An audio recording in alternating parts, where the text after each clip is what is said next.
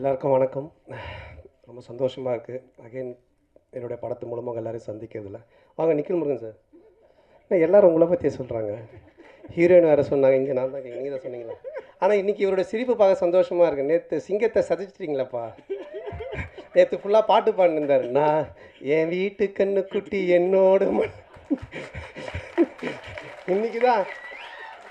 இன்றைக்கி தான் விபூதியெல்லாம் வச்சுக்கிட்டு சாந்தமாக ஓம் நம சிவாய எல்லாரும் நல்லா இருக்குன்னு வந்திருக்காரு. சந்தோஷம். நேற்று ஃபுல்லாக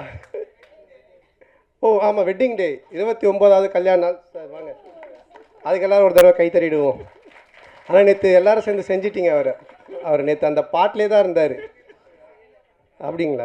யாரோ ஒருத்தவங்க என் வீட்டு கண்டுபிடின்னு பாடிட்டு இருந்தார். அதுக்கு முன்னாடி இந்த படத்தில் நடித்த அருமை என்னுடைய நண்பர், என்னுடைய குடும்பத்தில் ஒருத்தர் லுலு சபா சேஷு அவர் காலமாயிட்டார். ஸோ அவருக்காக ஒரு நிமிஷம் மட்டும் ஒரு மௌனம் அஞ்சலி செலுத்திக்கலாம்.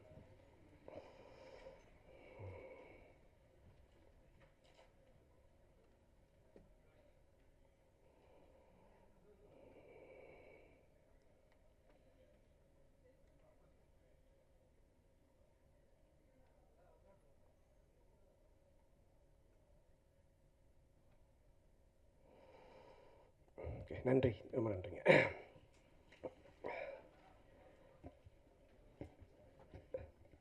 இங்கே நான் தான் கிங்கு. இந்த படத்துடைய டைட்டில் வச்சு பார்த்தீங்கன்னா ஒரு என்ன சொல்கிறது, படையப்பா படத்தில் ஒரு டைலாக் வரும். மாப்பிள்ளை அவர் தான், ஆனால் அவர் போட்டிருக்க வேட்டி சட்டை எந்து அப்படின்வாங்க. அந்த மாதிரி இங்கே நான் தான் கிங்கு, படத்துடைய ஹீரோ நான் தான், ஆனால் டைட்டில் அவருக்கு தான் கரெக்டாக இருக்கும். ஏன்னா மதுரை அன்பின் இங்கே நான் தான் கிங்குன்றது தான் கரெக்டாக இருக்கும். ஏன்னா அவ்வளோ பவர்ஃபுல்லான ஒரு ப்ரொடக்ஷன் கம்பெனி அவங்க, கோபுரம் ஃபிலிம்ஸ். தமிழ்நாட்டுடைய சின்னம் கோபுரம். அன்பு சார் அல்லல்ல குறையாத அக்ஷய பாத்திரம். திறமை இருந்தால் எவ்வளோ நாளும் அள்ளிக்கலாம். ஸோ அப்படிப்பட்ட ஒரு மனிதர் அவர். அவருக்கு இருக்க கெப்பாசிட்டிக்கு அண்டர்டேக்கரையே கூட்டின்னு வந்து அண்டர்வேர் போட்டு ஒரு கமர்ஷியல் படம்லாம் எடுக்கலாம். அவ்வளோ பவர் இருக்குது, கெப்பாசிட்டி இருக்குது. அவர் கூப்பிட்டா வருவாங்க.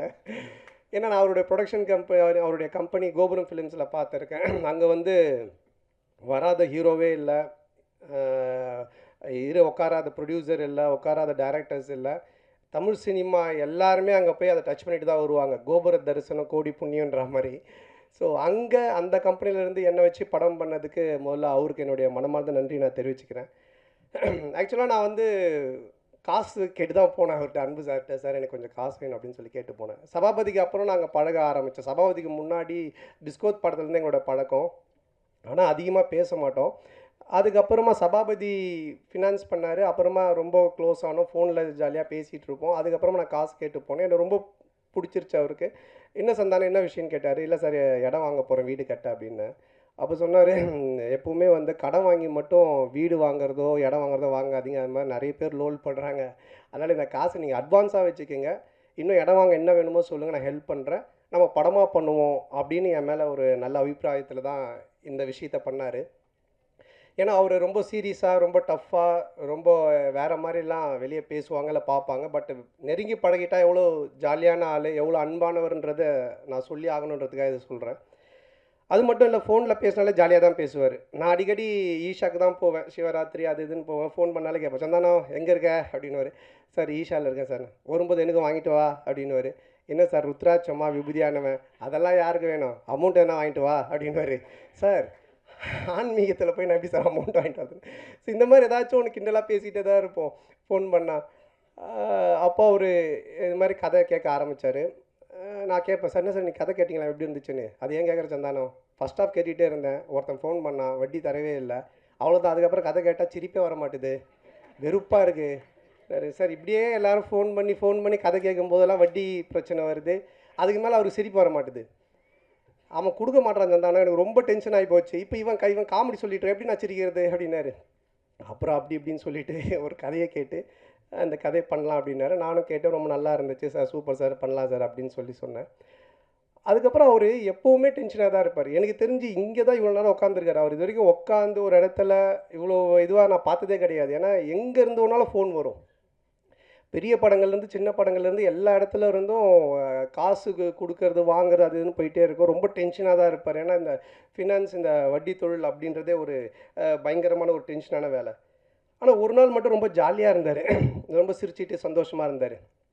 அப்போ நான் அவர்கிட்ட கேட்டேன், என்ன சார் எப்பவுமே டென்ஷனாகவே இருப்பீங்க, நீங்கள் ரொம்ப சந்தோஷமாக இருக்கிறீங்களே, மொத்த வட்டியும் வந்துருச்சா என்னன்னு கேட்டேன். இல்லை இல்லை அப்படின்னாரு. என்ன சார் சந்தோஷம்னா, இது மாதிரி எனக்கு பேரன் பிறந்திருக்கான், என் பொண்ணுக்கு பையன் பிறந்திருக்கான் அப்படின்னாரு. பயங்கர ஹாப்பியாக இருந்தார். அப்போ எனக்கு ரொம்ப நாளாக ஒரு சந்தேகம் இருந்துச்சு. இதை யார்கிட்டயாவது கேட்கணும்னு நினச்சிட்டு இருந்தேன். சரி இவர்கிட்ட கேட்போன்னு கேட்டேன். சார் பொதுவாக கல்யாணம் ஆகி நமக்கு ஒரு பையனோ பொண்ணோ பிறந்தா அதை விட சந்தோஷம் அவங்களுக்கு ஒரு பையனோ பொண்ணோ ஒரு பேரனோ பேத்தியோ பிறந்தா நம்ம சந்தோஷப்படுறோம். அது ஏன் சார்ன்னு கேட்டேன். அப்போ அவர் ஒரு ஆன்சர் ஒன்று சொன்னார். சந்தானம் எப்பவுமே அசலை விட வட்டியில் தான் கிக் அதிகம் அப்படின்னு.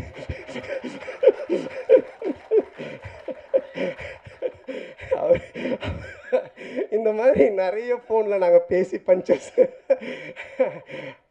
அப்போ நான் நினச்சேன், சார் இதுக்கு நீங்கள் தான் கரெக்டான ஆள், உங்களை அடிச்சுக்க ஆள் கிடையாது சார் அப்படின்னு சொல்லிட்டு. ஸோ அப்படிப்பட்ட ஒரு ஜாலியான மனிதர். ஸோ அவரோட சேர்ந்து இந்த படம் பண்ண ரொம்ப சந்தோஷமாக இருக்குது. ஏன்னா பண்ணும்போது அவர் சொன்னார், தேட்டருக்கு வர ஜனங்க படத்தை பார்த்து சிரிச்சுட்டு போன சந்தானம், காசு பணம் முக்கியம் இல்லை, அது நம்ம சம்பாரிச்சிக்கலாம் அப்படின்ட்டு ஒரு ப்ரொடியூசராக இல்லாமல் ஒரு ஃபினான்ஷியராக இல்லாமல் ஒரு தேட்ரு ஓனராக இந்த படத்தை எடுத்திருக்காரு. ஆடியன்ஸ் தேட்டருக்கு வரவங்க சிரிக்கணும் ரசிக்கணும் அப்படின்னு சொல்லிட்டு. அதே மாதிரி இந்த படமும் நல்லா வந்திருக்கு. இந்த படத்தை எடுக்கிற பொறுப்பை அவருடைய டாட்டர் சுஷ்மிதா அவங்ககிட்ட கொடுத்துருக்காரு. அவங்களுக்கு என்னுடைய வாழ்த்துக்கள். இந்த ஃபஸ்ட்டு படம், அதுவும் என்னுடைய படத்து மூலமாக அவங்க ப்ரொடியூசராக வர்றது எனக்கு ரொம்ப பெருமையாக இருக்குது.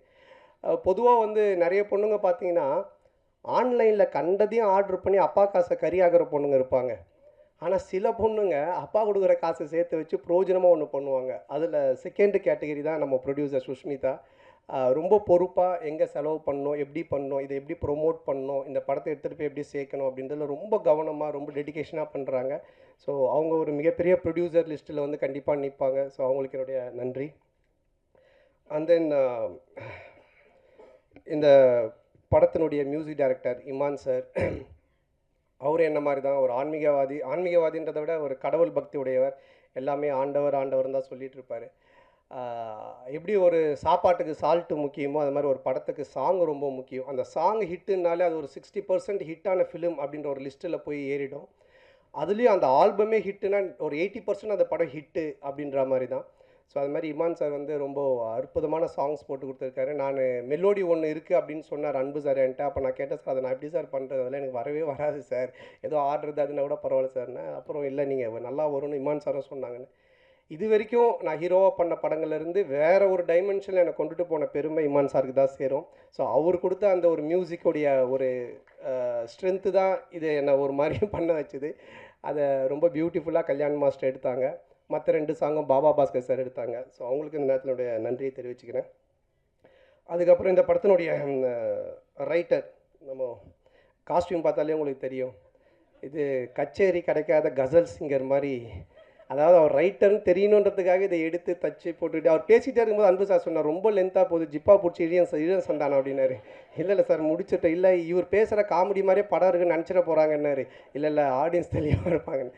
ஸோ அவர் எப்படி இந்த அவெஞ்சர்ஸ் படத்தில் தார் வந்து சுற்றியோடவே சுற்றுவார், அது மாதிரி ஒரு பெட்டியோடையே தான் சுற்றுவார். ஆனால் நீங்கள் அந்த பெட்டி மிஸ்ஸிங் எங்கே சார், இங்கே வண்டியில் இருக்கா? ஓகே. அதிலிருந்து தான் அந்த ஸ்கிரிப்டு பஞ்சஸ் எல்லாத்தையும் எடுப்பார். நல்ல ரைட்டர். என்னென்னா அவர் பார்க்காத தமிழ் சினிமாக்களே கிடையாது, அவ்வளோ படங்களை பார்த்துருக்காரு. ரொம்ப நல்ல ஒரு கதையை, அற்புதமான கதையை இதில் கொடுத்துருக்காரு. அதுக்கு director Anand, India Pakistan director. அநேகமாக அடுத்தது உக்ரைன் ரஷ்யான்னு எடுப்பார்னு நினைக்கிறேன். அதுக்குள்ளே நாங்கள் ஒரு ஃபேமிலி சப்ஜெக்ட் ஒன்று பண்ணுங்க சொல்லி கூப்பிட்டு வந்திருக்கோம். ரொம்ப நல்லா டைரக்ட் பண்ணியிருக்காரு. இந்தியா பாகிஸ்தானில் ஒரு ஃபேமிலி, ஒரு எமோஷன்ஸ், அதில் காமெடி இருக்கும். அதே மாதிரி இதுலேயும் எனக்கு ஒரு எமோஷனும் வச்சுருக்காரு, ஒரு ஃபேமிலி ட்ராமாவும் அழகாக செட் பண்ணியிருக்காரு. அப்புறம் டிஓபி அவருடைய பிரதர் ஓம், அண்ணனும் தம்பியும் சேர்ந்து அவ்வளோ அற்புதமாக சினிமா ஃபோட்டோகிராஃபி பண்ணியிருக்காங்க. ஸோ அவருக்கு என்னுடைய வாழ்த்துக்கள்.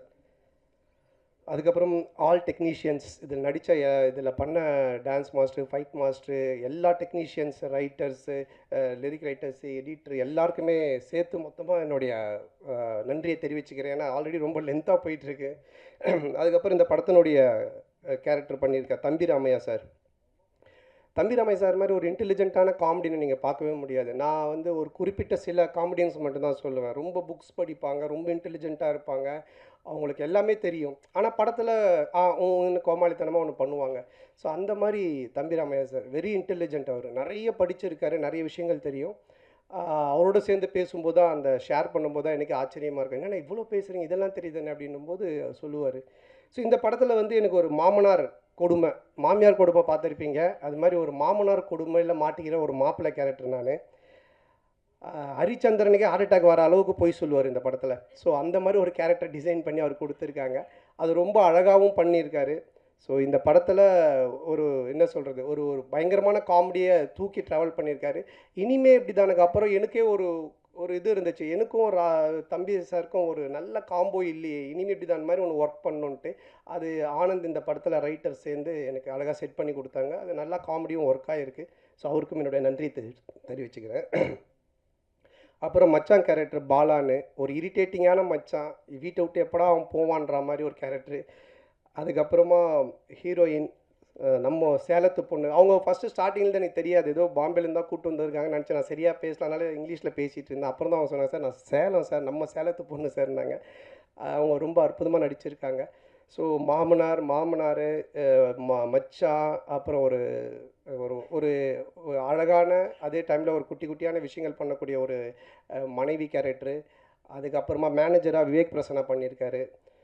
ஸோ இவங்க எல்லாருமே அதில் இருக்காங்க. அதுக்கப்புறம் என்னுடைய படம்னாலே ஒரு ஃபேமிலி காம்போ பேக்குன்னுவாங்க. இந்த பர்கர், பீஸாலாம் வாங்கினா கூல்ட்ரிங்க்ஸு, ஃப்ரெஞ்ச் ஃப்ரைஸ் இதெல்லாம் தருவாங்க ஃப்ரீயாக. அந்த மாதிரி என்னுடைய படம் அப்படின்னு சொன்னாலே மாறன், சேசு, கூல் சுரேஷ், முனிஷ்காந்த் இப்படி எல்லாருமே இருப்பாங்க. ஆண்டனி, மனோபாலா எல்லாருமே. ஸோ அவங்க எல்லாருமே இதில் இருக்காங்க. அவங்களுக்கும் சரியான ஒரு கேரக்டர் எழுதி காமெடி பண்ணியிருக்காங்க. அப்புறம் கூல் சுரேஷ், யார் அவனை தடுக்குது உன் வளர்ச்சியை? அது யாருங்க அந்த 2 பேர்? அவனை விட்டுருங்க, நீங்கள் தடுக்க பாருங்க. இப்போ சொந்தமாக கட்சியெல்லாம் ஆரம்பிச்சிட்டான். அவனை ஃப்ரீயாக விட்டாலே அப்படியே இருப்பான். நீங்கள் தடுக்க தான் எதனா ஒன்று பண்ணிகிட்டு இருப்பான். ஸோ அவன் என்னுடைய படங்கள் எல்லாத்துலேயுமே இருப்பான், என்னோடய நண்பன். ஸோ இதுலேயும் நல்லா பண்ணியிருக்கான். அதுக்கப்புறமா கட்ட குஸ்தி டைரக்டர் செல்லா, அவருக்கும் இந்த நேரத்திலுடைய மனமார்ந்த நன்றி. ஒரு ஹிட் படம் கொடுத்துட்டு, காமெடி ஜானர் படம் கொடுத்துட்டு, இதுலேயும் டிஸ்கஷனில் உட்காந்து நிறைய காமெடி சீன்ஸுக்கெலாம் ஒர்க் அவுட் பண்ணி கொடுத்தாரு. ஸோ அவருக்கு என்னோடய மனமார்ந்த நன்றி. அப்புறம் இந்த படத்தில் ஒர்க் பண்ண அனில், மலையன் கோபி, செந்தில் சார் மற்றும் அந்த டீம், ப்ரொடக்ஷன் டீம் எல்லாருக்குமே என்னுடைய மனமார்ந்த நன்றி தெரிவிச்சுக்கிறேன். இப்போல்லாம் நீங்கள் பார்த்தீங்கன்னா, இப்போ இந்த படமே பார்த்தீங்கன்னா 90s கிட்ஸை பேஸ் பண்ணி தான் எடுத்திருக்கோம். என்ன விஷயம் அப்படின்றத நீங்கள் பார்த்தீங்கன்னா, உலகத்திலே 2 பிரச்சனை உள்ள ஆளுங்க தான் இருக்காங்க. ஒன்று, ஏன்டா கல்யாணம் பண்ணோம் அப்படின்னு வாழ்கிற ஒரு குரூப்பு, எப்படா எங்களுக்கு கல்யாணம் ஆகும் அப்படின்னு வாழ்கிற ஒரு குரூப்பு. இந்த 2 பேருடைய மனநிலையை பேஸாக வச்சு இதில் காமெடி பண்ணி தான் இந்த படமே எடுத்திருக்கோம். ஸோ இன்றைக்கி ரொம்ப கன்ஃபியூஷனில் தான் இருக்காங்க யங்ஸ்டர்ஸ் எல்லாருமே. அப்துல் கலாம் ஐயா சொன்னாங்க, கனவு காணுங்க அப்படின்னு. ஆனால் இன்றைக்கி இருக்க பசங்க ட்ரீமை பற்றி எங்கே யோசிக்கிறானுங்க? ட்ரீம் 11ல் எந்த டீமு காசு கட்டினா காசு வருன்றதை பற்றி தான் அதிகமாக யோசிச்சுன்னு இருக்கானுங்க. ஸோ அதுக்கப்புறமா வாழ்க்கையோட ஸ்டேட்டஸை பற்றியே யோசிக்கிறதில்ல. வாட்ஸ்அப்பில் என்ன ஸ்டேட்டஸ் போட்டால் நம்ம கெத்தாக இருக்குன்னு தான் யோசிச்சுட்டு இருக்காங்க. ஸோ இப்படிப்பட்ட ஒரு மனநிலையில் இன்றைக்கி இருக்க ஒரு சிச்சுவேஷனில் இருக்கிற ஒரு 90s கிட்ஸ் ஆகட்டும், இல்லை 2K கிட்ஸ் ஆகட்டும், இவங்களோட லைஃப் ஸ்டைல் எப்படி இருக்கும் அப்படின்ற ஒரு பேஸ் தான் இந்த படத்தினுடைய கதையே. ஸோ இதை ஒரு ஃபேமிலி ட்ராமாவாக ரொம்ப அற்புதமாக பண்ணியிருக்கோம். நிச்சயமாக 2 ஹவர்ஸ் நீங்கள் தேட்டரில் வந்து படம் பார்க்கும்போது போர் அடிக்காது. இப்படி ஒரு குடும்பமா அப்படின்னு நீங்கள் பார்த்து சிரிக்கிற மாதிரி தான் இந்த படம் இருக்கும். ஸோ இந்த படத்தை மே 10th அன்றைக்கி தேட்டரில் வந்து ஃபேமிலியோடு பார்த்து ஜாலியாக என்ஜாய் பண்ணுங்கள். 2 ஹவர்ஸ் டெஃபினட்டாக சிரித்து என்ஜாய் பண்ணுவீங்க, அதில் எந்த டவுட்டுமே இல்லை. ஹாரர் ட்ராமா பண்ணியிருக்கேன், Vadakkupatti Ramasamy social drama, first time family drama. ஒரு மேரேஜ் ஆன ஒருத்தன், ஒரு மாமனார், மச்சான், ஒய்ஃபு, மேனேஜர், இந்த டார்ச்சரில் அவன் என்ன மாதிரிலாம் வாழ்கிறான் அப்படின்றது எனக்கே ஒரு புதுசான ஒரு விஷயந்தான். ஸோ லாஜிக்கை மறந்துட்டு மேஜிக் தான். வந்து 2 ஹவர்ஸ் நல்லா சிரிக்கலாம். வந்து பார்த்துட்டு என்ஜாய் பண்ணுங்கள்.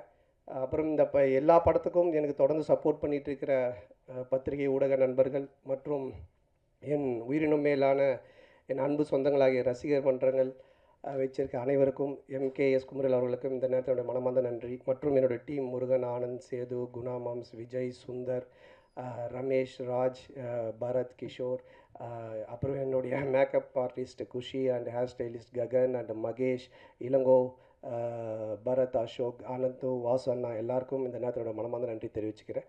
ரொம்ப நன்றி. தேங்க்யூ. தேங்க்ஸ்.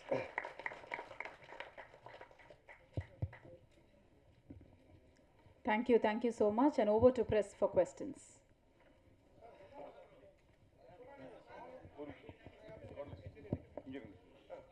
சார், நீங்கள் சாதாரணமாகவே படம் 2 ஹீரோயின் 3 ஹீரோயின் அப்படி இருக்கும். இந்த படம் இங்கே நான் தான் கிங்குன்னு வச்சுருக்கீங்க. கிங்குக்கு ஒரே ஒரு ராணி. எனக்கு ரொம்ப வருத்தமாக இருக்குது. என்ன காரணம்?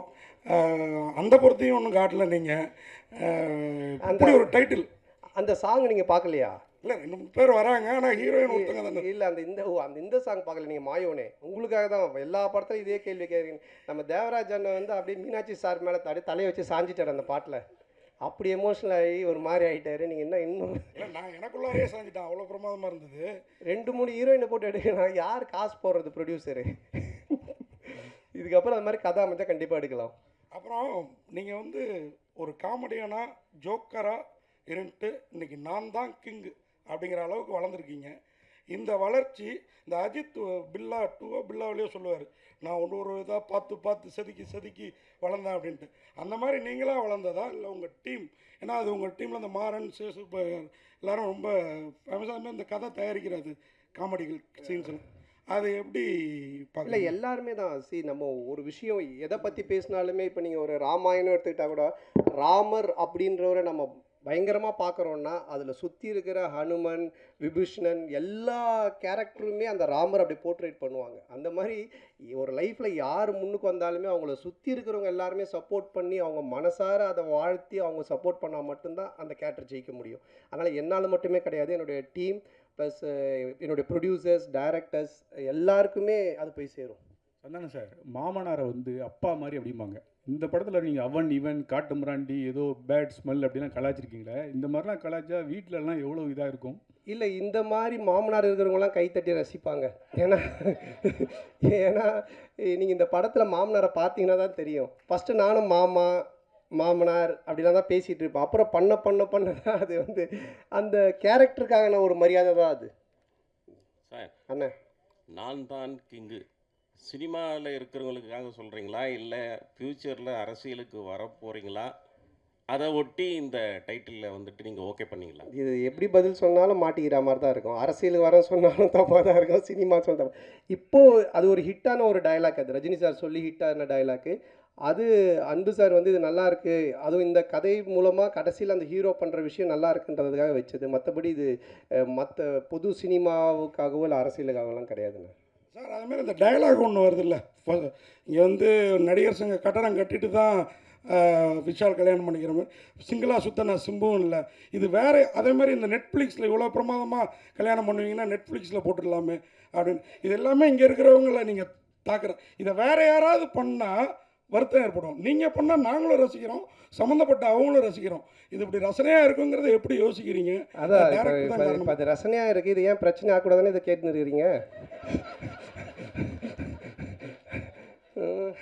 அடுத்தது கேள்வி. ஏன்னா ஆக்சுவலாக இப்போ வந்து சேஷன் வந்து இதுவாயிட்டாங்க, காலமாயிட்டாங்க.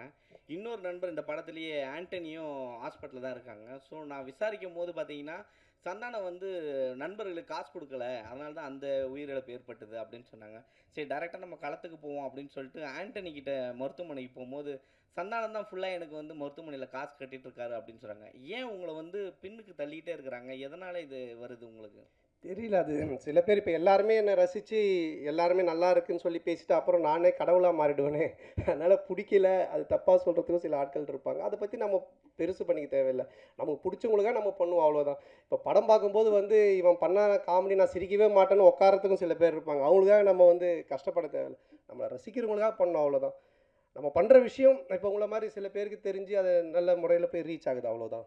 இப்போ டைட்டில் வரும்போதெல்லாம் பார்த்தீங்கன்னா இப்போ தொடர்ந்து இனிமே இப்படி தான் அப்படின்னு வச்சிங்க. அதுக்கப்புறம் டிடி ரிட்டர்ன் 10 வருஷத்துக்கு முன்னாடி வச்ச டைட்டில் அது. இப்போதான் தொடர்ந்து இல்லை, நான் தான் நீங்கள் கிங்குன்றீங்க. நீங்கள் காமெடியில் கிங்கா இல்லை அடுத்தது ஹீரோக்களில் கிங்காக போகிறீங்களா? இல்லை, அதுதான் நான் பதில் சொன்னேன். இப்போ இந்த படத்துடைய கதைக்கு தான் கிங்கு. இது வந்து பொதுவாக நம்ம எதுவுமே எடுத்துக்க வேண்டாம்.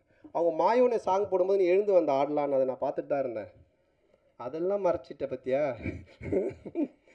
சந்தானம் ப்ரோ? அந்த ரன்பீர் கபூர் படம் மட்டுமே பார்க்குற ஆலியா பாட்டியை கண்டுபிடிச்சி நடிக்க வச்சது நீங்கள் தானே?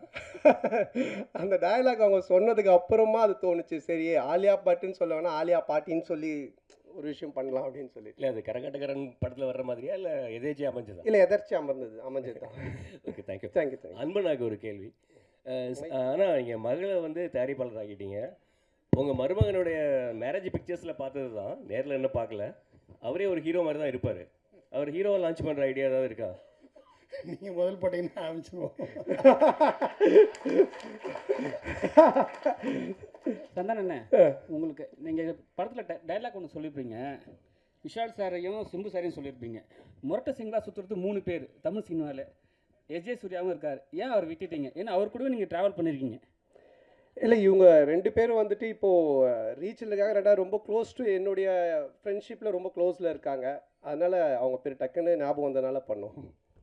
என்னென்னா இப்போ எப்பவுமே வந்து நீங்கள் சந்தானம் சார் வந்து ஒரு டீம் எடுத்தாருன்னா எல்லாரும் கலெக்ட் பண்ணி மொத்தமாக ஒரு என்ன சொல்லுவாங்கன்னா ஒரு சீட்டு கட்டு மாதிரி சரி ராஜா ராணி எல்லாமே இருக்கும். இதில் வந்து சில பேர் மிஸ் பண்ணதாக சொல்கிறாங்க. அது உண்மையா? யார் மிஸ் பண்ணாங்க? இப்போ உங்கள் டீமில் 2 பேர் 2-3 பேர் மிஸ் ஆகிட்டாங்க. அதை பற்றி கேட்குறேன். இது நடிக்கிறது இல்லை சொல்கிறீங்களா? இறந்து இறந்துட்டாங்க. ஓகே. இல்லை அது உடல்நலக்குறைவு. அது சில பேருக்கு அது மரணம்ன்றது நம்ம கையில் இல்லை. எப்போ யாருக்கு என்ன நடக்கும்னு தெரியாது. பட் இருக்கிற வரைக்கும் ஆரோக்கியமாக வாழ்கிறதுக்கான விஷயங்களை நம்ம பார்த்துக்கணும், அவ்வளோதான். அது தவிர வேறு எதுவும் இது பண்ண முடியாது. தயாரிப்பாளர் மேடத்துக்கு ஒரு கேள்வி. சுஷ்மிதா மேடம், உங்கள் அப்பா வந்து நிறைய அனுபவசாலி. முதல்ல நீங்கள் படம் எடுக்கும்போது இதெல்லாம் செய்யணும், இதெல்லாம் செய்யக்கூடாது, எப்படி படப்பிடிப்பு நடக்கணும், என்ன அட்வைஸ் கொடுத்தாங்க? உங்களுக்கு அடுத்து யாரை வச்சு படம் பெரிய பட்ஜெட்டில் தயாரிக்கணும்னு ஆசை இருக்குது? எனக்கு அவர் கண்டிப்பாக ஒரு இன்ஸ்பிரேஷன். நான் கிட்டத்தட்ட ஆஃபீஸ்லேயே தான் வளர்ந்தேன். ஸோ ஒவ்வொன்றையும் நான் கற்றுக்கிட்டு தான் வந்துட்டுருக்கேன். அண்ட் பெரிய படம் சின்ன படம் இல்லாமல் மக்கள் என்ஜாய் பண்ணுற மாதிரி படம் எடுக்கணும்னு தான் என்னோடய ஆசை. 2மே இருக்கணும் எனக்கு. சார் இமான் சார் உங்களால் பல ஹீரோக்கள் வளர்ந்தாங்க. சந்தானம் சார் ஓரளவு வளர்ந்த ஹீரோ. இன்னும் அவர் வளர்கிறதுக்கு இந்த பாட்டு இதுவாக இருக்குது. தொடர்ந்து உங்கள் 2 பேரோட ட்ராவல் தொடர்ந்து இருக்குமா? அடுத்தடுத்த படங்களில் வேறு எதுவும் கமிட் ஆகிருக்கீங்களா 2 பேர்? அவர் படத்தில் நீங்கள் எதுவும்? இல்லை, இப்போதைக்கு ஒன்றும் பேசல சார். பட் நிச்சயமாக அதுக்குண்டான சரியான கதைகள் அமையும் போது நிச்சயமாக பண்ணுவோம் சார். இதுவே ரொம்ப லாங் டைம் வெயிட் தான். அதுக்கு பிறகு தான் அதை பண்ணியிருக்கோம். நிச்சயமாக கூட சேர்ந்து மறுபடியும் ஒர்க் பண்ணுவோம் சார். அதானே சார், நீங்கள் எப்போதுமே ஆண்களை அது என்ன மாதிரி ஆள்லாம் ரொம்ப கவர்ந்துடுவீங்க உங்கள் டைலாக் இதில். இந்த படத்தில் பெண்களையும் கவர்னுங்கிறது தான் அந்த பாடலில் பிங்க் கலராக ஃபுல்லாக. ஏன்னா பெண்களுக்கு பிடித்த கலர் பிங்க் கலரும்பாங்க. அதுதான் காரணமாக நல்லா இருந்தது. 3 பாட்டுமே நல்லா இருந்தது. அந்த படம் இந்த கேள்வியெல்லாம் உங்களுக்கு எங்கேருந்து தோணுது? முதுகில் இருந்தா மூளையில் இருந்தா? விடிய காலைல 4 மணிக்கு இன்னைக்கு சந்தானம் சார் ப்ரெஸ் போயிட்டு இருக்கு. நம்ம வந்து கேள்வி அப்படி உட்காந்து யோசிச்சது. விடிய கால பிரம்ம முகத்தில் உட்காந்து எழுதுனது. பிங்க் கலர்னா பொண்ணுங்களுக்கு பிடிக்காதான் போட்டு அது இங்கே வந்து மற்ற கேள்விலாம். நன்றி. இல்லை அது காஸ்டியூம் டிசைனர்ஸ் கொடுக்குறது தான். இன்னி கூட பார்த்தீங்கன்னா இந்த கோட்லாம் போட்டிருக்கேன். வெயிலுக்கு எனக்கு கோட்டு போடவே பிடிக்காது. காஸ்டியூம் டிசைன் இல்லை போடுங்க நல்லாயிருக்கும் அப்படின்னாங்க. அதனால் காஸ்டியூம் டிசைனரோட வேலை அது பண்ணணும். ஆனால் கானா பாட்னா நீங்கள் வந்து கலக்குவீங்க. டான்ஸ் கின்ஸ்லாம் பர்ஃபார்மன்ஸ் இப்போ ஹெவி ஆகிடுச்சு. இப்போ ரொமான்டிக் வரும்போது எந்த மாதிரியான இதெல்லாம் எஃபெக்ட்லாம் எடுத்தீங்க? அந்த மூடு அதான் ரொம்ப கஷ்டமாக இருந்துச்சு ஃபஸ்ட்டு எனக்கு அது வரவே இல்லை. நான் சாங்கே சார்கிட்ட சொன்னேன், சார் இமான் சார் என்ன சார்னு. அன்பு சார்ட்டையும் சொன்னேன். அன்பு சார் தான் சொன்னாங்க, இல்லை ஒரு சாங் இது மாதிரி பண்ணலாம் அப்படின்ட்டு. அதுக்கப்புறமா கல்யாண் மாஸ்டர் தான் பண்ணாங்க. அது ஃபஸ்ட்டு எனக்கு ஒரு மாதிரி என்னை அப்படியே ரஃப்பாக நடக்க வச்சு தான் எடுத்தாங்க. நீங்கள் முறைச்சிக்கிட்டே நடங்க, நீங்கள் எதுவும் பார்க்க வேண்டாம் அப்படின்னு தான் எடுத்தாங்க. அப்புறம் அது கொஞ்சம் இன்க்ரீஸ் ஆகி ஒரு மாதிரி அப்படி எடுத்துட்டாரு. அது வந்து கண்டிப்பாக கல்யாண மாஸ்டர் தான் அதை சொல்லணும். ஏன்னா எனக்கு அது பிடிக்கவே பிடிக்காது, இந்த ரொமான்டிக்காக பார்க்குறது, அப்படியே ஃபீல் பண்ணுறது, எட்டி பார்க்குறது இதெல்லாம். பட் இந்த பாட்டில் அதை அப்படியே கொண்டு வந்தாங்க. அது இப்போ பார்க்கும்போது அந்த மியூசிக்கு சாரோடைய அந்த மேஜிக்கில் பார்க்கும்போது அது பயங்கரமாக இருக்குது. ஸோ அதனால் அது ஒரு மியூசிக் மேஜிக் தான் அது. இல்லை உங்கள் மேடையில் எப்பயுமே கூல் சுரேஷ் வந்து அடிக்கடி இருப்பார். உங்கள் படத்தை வந்து ஃப்ரீயாக ப்ரமோஷன் பண்ணுவேன்னு சொன்னார். இதுக்கு முன்னாடி இதை காசு கொடுத்தீங்களா இல்லை சிங்கப்பூருக்கு நீங்களே காசு போட்டு அனுப்பி விட்றீங்களா? இல்லை இப்போ அவனை பற்றி பேச சொல்லி அவன் தானே உனக்கு சொன்னான். சம்பந்தமே இல்லாமல் திடீர்னு சந்தனம் சார் நேத்தி ஸ்டார் படத்தோட ப்ரெஸ் மீட்டு அங்கே வந்து கவின் பேசுகிறப்போ அந்த படத்தோட ட்ரெய்லரும் நல்லா ரீச் ஆகிருக்குது. அங்கே ப்ரெஸ் மீட்டில் நாங்கள் கேட்டப்போ உங்களுக்கு இந்த பெண் வேஷம் யார் ரோல் மாடலுங்கிற மாதிரி ஒரு நிருபர் கேட்டார். அப்போ அவர் சொன்னார் கரீனா சோப்ரா அப்படின்னு சொல்லிட்டு. நீங்கள் ஆனால் அதுக்கப்புறம் பெண் வேஷமே போடல. எனக்கு தெரிஞ்சு ஆனழகன் பிரசாந்துக்கு அப்புறம் அந்த கரீனா சோப்ரா நிறைய பேர் பெண் வேடம் கேட்டு நம்ம ஹீரோக்கள் எல்லாம் போட்டு ரொம்ப ரீச் ஆனது. ஏன் அதுக்கப்புறம் அதை பண்ணல? உங்களுக்கு ரொம்ப ஆப்டாக இருக்கும். பண்ணுறேன் நான் கண்டிப்பாக. கதை அமையணும் இல்லை சார், கதை அமைஞ்சால் தான் கரெக்டாக பண்ண முடியும். ஏதாச்சும் ஒரு லேடி கேட்டப்பில் ஒரு கதை ஏதாச்சும் வந்தால் கண்டிப்பாக டெஃபினட்டாக பண்ணுறேன். ஹீரோயின் மேடம் உங்களுக்கு ஒரு கேள்வி. ஒரு கேள்வி அண்ணன் கேட்டுறாரு. அந்த மைக்கை கையில் போட்டு கட்டிக்கினா இருக்கும் அவர் யாருக்குமே தர மாட்டேங்குது ஒளிச்செல்லாம் வச்சுட்டு பேசிட்டு ஹீரோயின் மேடம் இல்லை எல்லாரையும் கேட்கணும்ல இப்படியெல்லாம் மைக் வச்சுக்கிறீங்க தலைவா இதே சரி எனக்கு நடந்தது அதனால தான் இப்போ ஹீரோயின் மேடம் நீங்கள் சொன்னீங்க சந்தானா சார் ஃபஸ்ட்டு இங்கிலீஷில் பேசிட்டு இருந்தார் அப்புறம் ஒரு வாரம் கழித்து தமிழில் என்னையும் அவர் கலாச்சாரத்தில் என்ன பயங்கரமாக பங்கமாக இருந்தது அதை மட்டும் இல்லை ஆக்சுவலாக அந்த மால் சாங்கில் வந்து ஒரு விக் ஒன்று வச்சுருந்தோம். அந்த விக் வந்து ரொம்ப அன்கம்ஃபர்டபுளாக இருந்தது. அதில் வந்து நான் ஆக்சுவலாக அதில் ஏதாவது க்யூட்டாக பண்ண சொல்லி கேட்டிருந்தாங்க. சரி நான் கான்ஃபிடென்ஸை வரவழைச்சு நான் அப்படியே செட்டுக்கு வரேன். சரி நம்ம க்யூட்டாக தான் இருக்கும் அந்த விக்கில், கேவலமாலாம் இல்லை அப்படின்னு நினச்சிட்டு நான் வந்தேன். சார் வந்தோடனே நல்லா அமெரிக்கன் பிச்சைக்காரி மாதிரியே இருக்கு அப்படின்னாரு. அது வந்து இருந்த கொஞ்சம் நஞ்சம் கான்ஃபிடென்ஸும் காலி ஆயிடுச்சு. இல்லை அது ஆக்சுவலாக ஒரு பார்பி டால் ஒரு லுக்கு ஒரு ஃபீல் ஒன்று பண்ணாங்க. இவங்க இஷ்டத்துக்கு கட் பண்ணிட்டாங்க. கட் பண்ணி கண்ணாமண்ணான்னு வச்சு கொண்டு வந்தாங்க. அதெல்லாம் இது பண்ணோம். ஆனால் அது மாதிரி தான் வேணும், ஒரு டிஃப்ரெண்ட்டான லுக்கில் வந்து பண்ணுற மாதிரி. சந்தானம் சார், இன்றைக்கி அவங்க ஒரு 3 வருஷம் முன்னாடி உங்களுக்கு வந்து அனுஷ்கா மேலே தான் ஒரு ஆசை, அவங்களோட நடிக்கணும்னு சொல்லியிருந்தீங்க. நீங்கள் அனுஷ்காவோட நடிக்கணும்னு ஆசை சொல்லுங்கண்ணே. நீங்கள் மாற்றி அனுஷ்கா மேலே ஆசை அப்புறமா நடிக்கணும்னு சொல்கிறீங்க. அவங்களோட வந்து ஜோடி ரொம்ப நேரம் யோசிச்சிருந்தீங்களே இந்த கேள்வி. நீங்கள் சொன்னது இது. அப்போ நான் கேள்வி கேட்டப்போ சொன்னீங்க அனுஷ்கா மேலே ஆசை நடிக்கணும், அவங்களோட நடிக்கணும்னு. ஓகே நாம அந்த ஆசை இன்னும் நிறைவேறல. அது ஏன் உங்களுக்கு? இல்லை என்னென்னா நடிச்சிருக்கேன் அனுஷ்காவோட வந்துட்டு 2 படம் தெய்வ திருமல் நடிச்சிருக்கேன். அப்புறம் அவங்களோட ஃபஸ்ட்டு படமே 2 நான் தான் நடித்தேன். பட் ஹீரோயினாக எதனா கேட்டிருப்பாங்க, அதனால் அவங்களோட நடிக்கணும்னு சொல்லியிருப்பேன். கதை அமையணும், இல்லைனா கதை அமையணும், அந்த கேரக்டர் கிடைக்கணும், இது எல்லாமே இது பண்ணணும். ஸோ அது கதை தானே எல்லாமே. நம்ம திடீர்னு நடிக்கணும்னு சொல்லி கூப்பிட்டு நடிக்க வைக்க முடியாது இல்லைங்களா? சந்தானம் சார், ஆன்மீகத்தில் நீங்கள் நல்லா வெளிப்படையாக சொல்லுவீங்க. நிறைய பேர் சாமி கும்பிடுவாங்க, வெளியே சொல்ல மாட்டாங்க. நான் ஆன்மீகவாதி, நான் கோயிலுக்கு போகிற நல்லா சொல்லுவீங்க. உங்கள் லைஃப்பில் ஆன்மீகம் வந்து எந்த அளவுக்கு லைஃப்பை பண்படுத்துது? அப்புறம் இன்னொன்று முக்கியமாக, ஈசா போனேன், அவர் வந்து பணம் கேட்டார்னாரு, வாங்கி கொடுத்தீங்களா இல்லையா? அது சும்மா காமெடி சொன்னது. இதை நீங்கள் தம்ப்நெயிலாக போட்டு விட்றாதீங்க.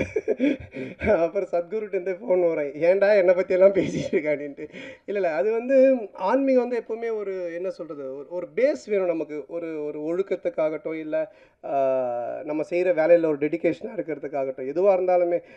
எனக்கு தெரிஞ்சு நீங்கள் என்னுடைய ப்ரெஸ் மீட், என்னுடைய படம் எல்லாமே பார்த்துருக்கீங்க, வந்திருக்கீங்க, பேசியிருக்கீங்க. சந்தோஷமாக இருப்போம், ஜாலியாக இருப்போம். படமும் அது மாதிரி தான் நான் எடுக்கிறேன். இதுதானே ஒரு மனுஷனுக்கு வேணும்.